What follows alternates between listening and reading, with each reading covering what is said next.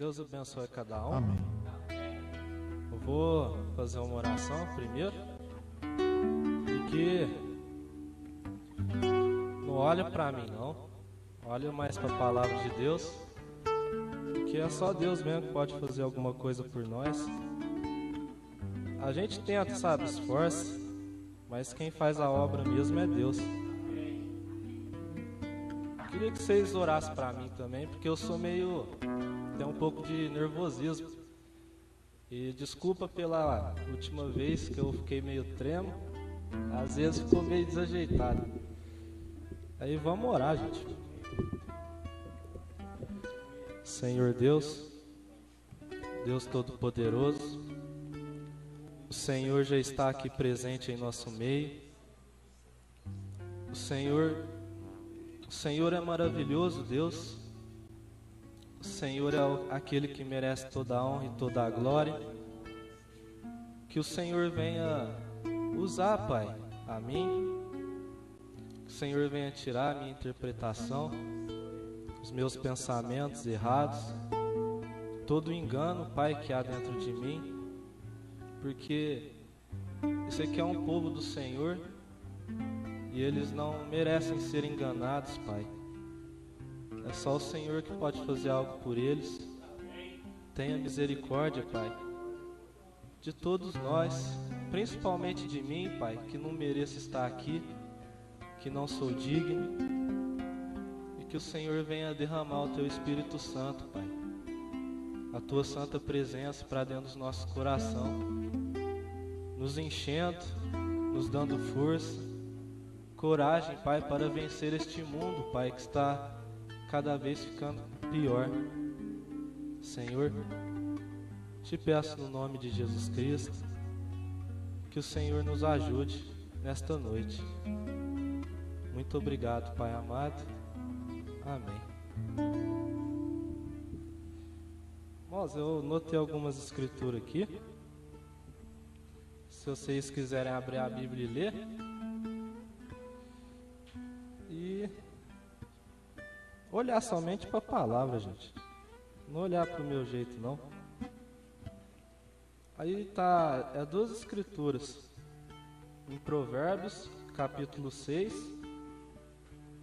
versículo 24 e o 25. E também tem 1 Coríntios, capítulo 1, versículo 26 e o 27. Se vocês quiserem marcar aí e depois ler. Eu vou começar a ler, tá, gente? Para te guardares da má mulher e das lisonjas da língua estranha. Não cobices no teu coração a sua formosura, nem te prendas com os seus olhos. Eu vou ler o 26 também. Porque por causa de uma mulher prostituta se chega a pedir um bocado de pão, e a adúltera anda à caça de preciosa vida. Aí, gente, se vocês quiserem meditar no versículo 25, não cobices no teu coração a sua formosura, nem te prenda com seus olhos. Aí lá em 1 Coríntios, capítulo 1, versículo 26 até o 28. Porque vede, irmãos, a vossa vocação, que não são muitos os sábios segundo a carne, nem muitos os poderosos, nem muitos os nobres que são chamados. Mas Deus escolheu as coisas loucas deste mundo para confundir as sábias, e Deus escolheu as coisas fracas deste mundo para confundir as fortes. E Deus escolheu as coisas vis deste mundo e as desprezíveis e as que não são, para aniquilar as que são, Amém, irmão? Que vocês meditem nessa palavra. Eu trouxe uma mensagem do profeta, casamento e divórcio. Creio que não vai falar sobre o assunto que ele pregou naquela época, mas fala sobre a formosura do mundo, sabe? A gente que é cristão, a gente tem que tomar muito cuidado, porque o diabo ele nunca vai apresentar uma coisa feia pra gente. Ele sempre vem com o bonito, sabe? Ele sempre vem apresentando uma coisa que chega assim aos nossos olhos e a gente fica, nossa. Aí a gente começa a ter desejo por aquilo. Aí é onde entra em Provérbios, pra gente não cobiçar a formosura e pra gente não prender os nossos olhos. Porque se a gente fazer isso, o diabo vai dar uma rasteira na gente. Eu queria ler aqui, casamento e divórcio, no parágrafo 121, o profeta sempre mostra a mulher tipificando a igreja nos dias de hoje. E hoje as mulheres, a coisa tá feia. Vários espíritos aí que tá pegando as mulheres e fazendo elas de gato e sapato sem elas perceberem. E o profeta fala no 121, porém na raça humana é a mulher que é bonita, não o homem. Se ele há algo errado, a semente cruzada em algum lugar. Originalmente é dessa maneira, porque isso foi feito para enganar. Seu projetista, Satanás, ainda está trabalhando nela, também nesses últimos dias. Permita-me, no 122, permita-me parar aqui só por um momento. Bonita, vocês sabiam que na primeira destruição, internacionalmente, o mundo, ou o mundial, foi por causa de mulheres bonitas. Quando viram os filhos de Deus que as filhas dos homens eram formosas, tomaram para si mulheres. Está certo? Aqui é o natural, mas o espiritual a coisa também está bem crítica. Hoje as pessoas querem ter coisa bonita, sabe? Deus abençoa, sabe? Deus dá coisa bonita. Mas tem que tomar cuidado, que o diabo ele apresenta de tudo. E ele vai sempre nas coisas bonitas para enganar a gente. E no parágrafo 127, o profeta fala mais. Tanto que o diabo tem poder em fazer uma coisa bonita. Porque lá em cima ele era um anjo. E lá na Bíblia fala que ele era um dos mais belos. Então para ele é fácil enganar o povo na beleza, nas maquiagens, nas roupas. E assim nas igrejas, né, nos grandes templos. O povo às vezes se engana nisso, pensando que Deus está lá. Mas Deus ele é simples, até mesmo que nasceu numa manjedoura. Então, leu 127. Satanás é o tal que dá realce a esse tipo de beleza. Se notarmos, ele era o mais bonito de todos os anjos do céu. Está certo. E ele desejou tornar o céu um lugar mais bonito que o reino de Miguel. Está certo. Também para mostrar que Caim era seu filho, ele ofereceu uma adoração mais bonita. Decorou seus altares com frutos e flores. E assim por diante. Está certo, bonito. O pecado é bonito.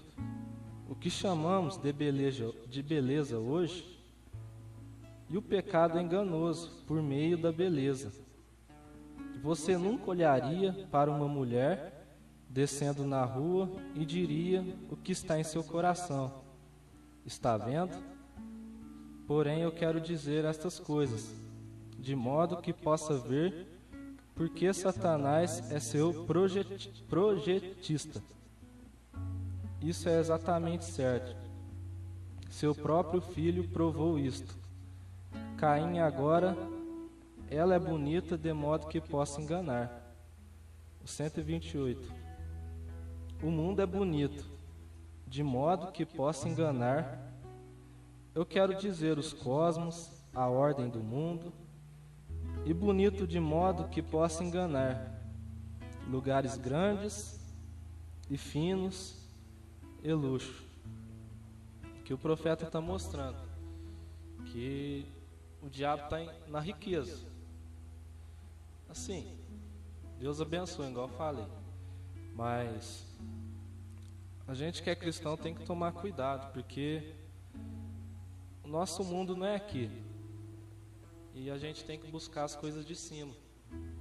Depois Deus acrescenta, da vontade dele. Por mais que demore, ele vai acrescentar um dia. E vou continuar aqui lendo. No parágrafo 131, agora é o lado bom da coisa. O pecado é bonito. Deus não olha se a gente está... A gente tem que ter uma veste moderada, sabe? Que não dá escândalo. Mas Deus, ele gosta de uma coisa, que é a honestidade. E aqui o profeta diz, no 131, o pecado é bonito aos olhos do mundo. Mas Deus não é retratado nesse tipo de beleza. Você sabia disso? Deus é retratado em caráter, bonito caráter. E aqui o profeta vai ensinando. Quando Israel olhou para o mundo, né, querendo um rei. E escolheram Saul, né? Deus até permitiu, a vontade permissiva, né? Que Deus... A gente tem que aprender muito isso aí. Sobre a perfeita vontade de Deus é permissivo. Para a gente sempre fazer a perfeita vontade de Deus, para nada dar errado. Para a gente prosperar no nosso caminho, na salvação. Porque Deus se agrada disso, gente.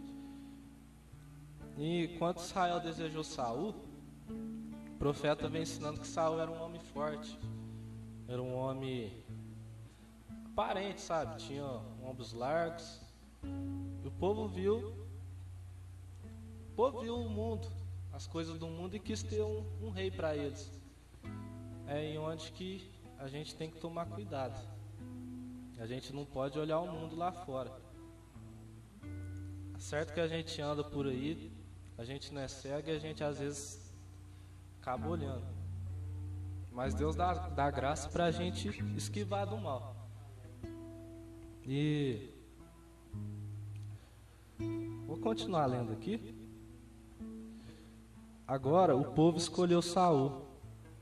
Quando Samuel, no 134, quando Samuel absolutamente lhes disse para não fazer isto. Ele disse: Deus não quer que tenhas um rei. Ele é vosso rei. E disse: alguma vez vos disse algo no nome do Senhor que não tenha se cumprido? 135. Eles disseram: não, tu nunca nos pediste dinheiro, e o que quer que disseste no nome do Senhor se cumpriu. Porém, nós queremos o rei, de qualquer maneira. Deste modo escolheram Saul. Olha o que o mundo escolheu. Olha o que Israel escolheu. Israel, ungidos de Deus, eles escolheram um homem cuja cabeça e ombros ficavam acima de qualquer homem na nação. Sujeito grande, corpulento, fino, de aparência vistosa. E ele sempre foi uma mosca num guento. E aí Deus, no 136, porém Deus disse: eu vou lhe escolher um rei de minha preferência. Deste modo, ele disse: Samuel, eu não vou te dizer quem ele é, mas vai ali, ele é um dos filhos de Jessé. E é uma história bastante engraçada que Samuel chega lá e tinha aqueles homens fortes lá para receber o profeta, né? E Samuel olhava para a cara de um, para a cara do outro, e falava: vixe, não é isso aí, hein? E foi assim, né? Até que ele chegou para o pai de Jessé e falou assim: você não tem algum outro? Foi onde estava Davi, lá no pasto, apacentando as ovelhas. Magro, feio, e todo mundo desprezava ele, enquanto que ele estava lá no pasto, lá. Todo mundo lá vendo o profeta, lá com ele, alimentando. E no 140, parágrafo, ele disse: vai buscá-lo. Enquanto Davi aparecia à vista do profeta, o profeta correu com o azeite e derramou sobre sua cabeça e disse: este é o escolhido de Deus, não bonito, mas caráter. Deus olha para o caráter. Aí que tá, gente. Eu creio que quando a gente estava no pecado, a gente não tinha um caráter divino, né? Eu creio que a gente busca isso todo dia, tentando ser igual a Cristo. Hoje eu creio que a coisa mudou. Deus lá no passado, eu creio que não precisava de um novo nascimento. Hoje já basta um novo nascimento, um novo caráter. Tirar o caráter pecaminoso, aquilo que é bonito, esbelto, mas por dentro é podre, e se revestir do caráter de Deus, que é Jesus Cristo, a qual guia a gente. E no 143, 142 e 143, note agora: porém Deus é retratado em caráter. Nenhuma beleza víamos para que desejássemos a Jesus. Porém nunca houve um caráter como ele na terra. Agora nós verificamos hoje que o caráter da igreja, Satanás e seu grupo, busca igrejas grandes e bonitas, coisas bonitas, e para isso que o mundo olha hoje. É o pastor, o grande assim, assim, às vezes assim, assim, tão sacerdotal e piedoso, sai com grandes trajes cerimoniais e coisas assim. Chama isso de beleza. No 144, porém os verdadeiros santos de Deus buscam o caráter da palavra vindicada. Eu queria ler um pouco mais para frente.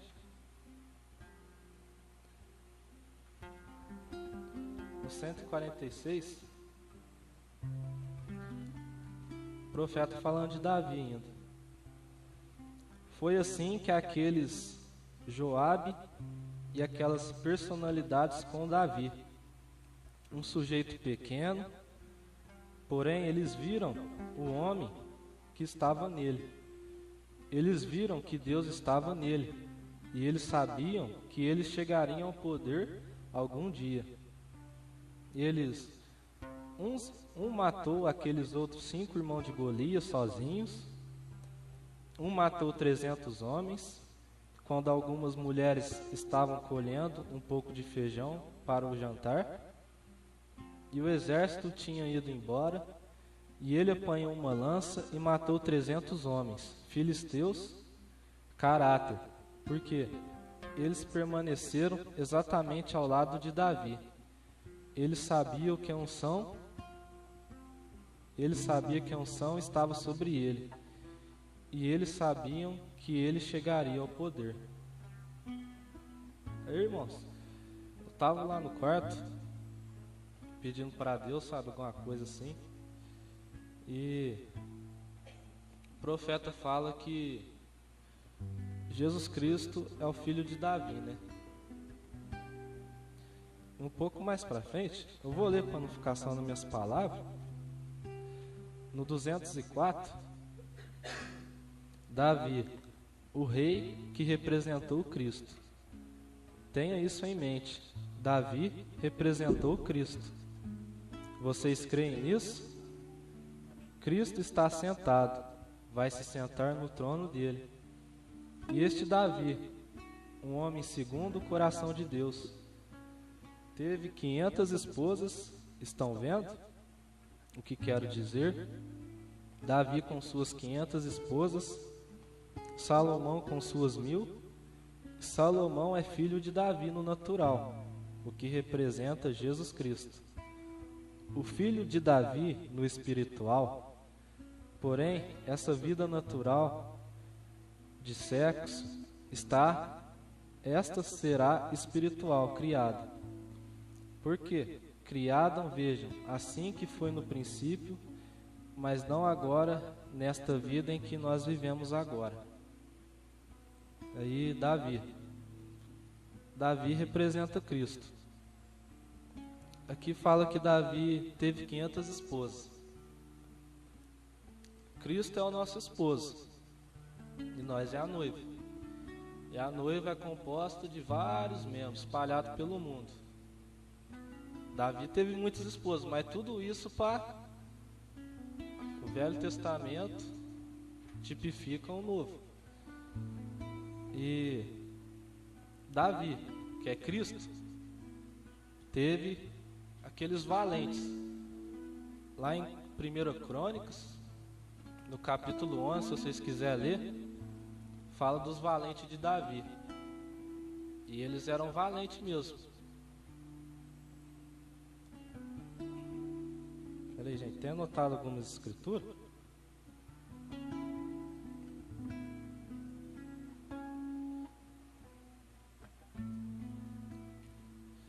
Tem um pouquinho de paciência, rapidinho. O rei Davi representa Jesus Cristo. Mas Davi tinha aqueles valentes. Eu creio que, olhando para o espiritual, a noiva tem os seus valentes também. Porque o mundo está indo por água abaixo. E a gente tem que lutar com a palavra de Deus.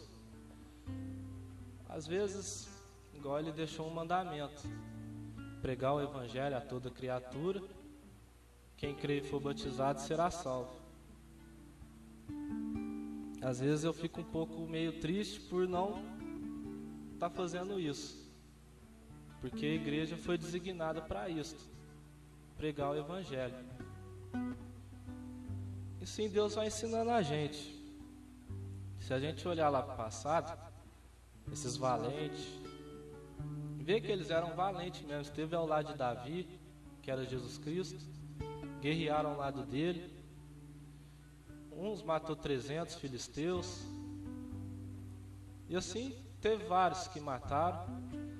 A gente deve matar o pecado, tirar o pecado, o mundo, os demônios, afastar para longe de nós. É isso eu creio que a igreja tem que fazer também. E sobre o caráter divino, a gente deve... Jesus Cristo ensina muita gente como ter esse caráter. Lá em Efésios, capítulo 5, no versículo 1, o apóstolo Paulo diz assim: sede, pois, imitadores de Deus, como filhos amados, e andar em amor, como também Cristo vos amou, e se entregou a si mesmo por nós, em oferta e sacrifício a Deus, em cheiro suave. Mas a prostituição e toda impureza ou avareza, nem ainda se nomeia entre vós, como convém aos santos. A gente tem que ser imitador de Deus. Assim, aos nossos olhos é impossível, mas com fé a gente consegue. Tudo tem a fé. Tudo tem que ter a fé no meio, senão o trem não vai pra frente. A gente vive num mundo carnal, de beleza. E se a gente não pegar firme com Deus mesmo, a gente às vezes morre espiritualmente. Por isso que a gente tem que sempre meditar, sabe? No coração. Não acomodar, sabe? Porque o diabo tá bramando aí, tá sempre observando a gente. Então que a gente possamos ficar atento, porque ele vai vir numa hora que a gente não sabe. E eu queria ler em Atos, capítulo 2, versículo 44.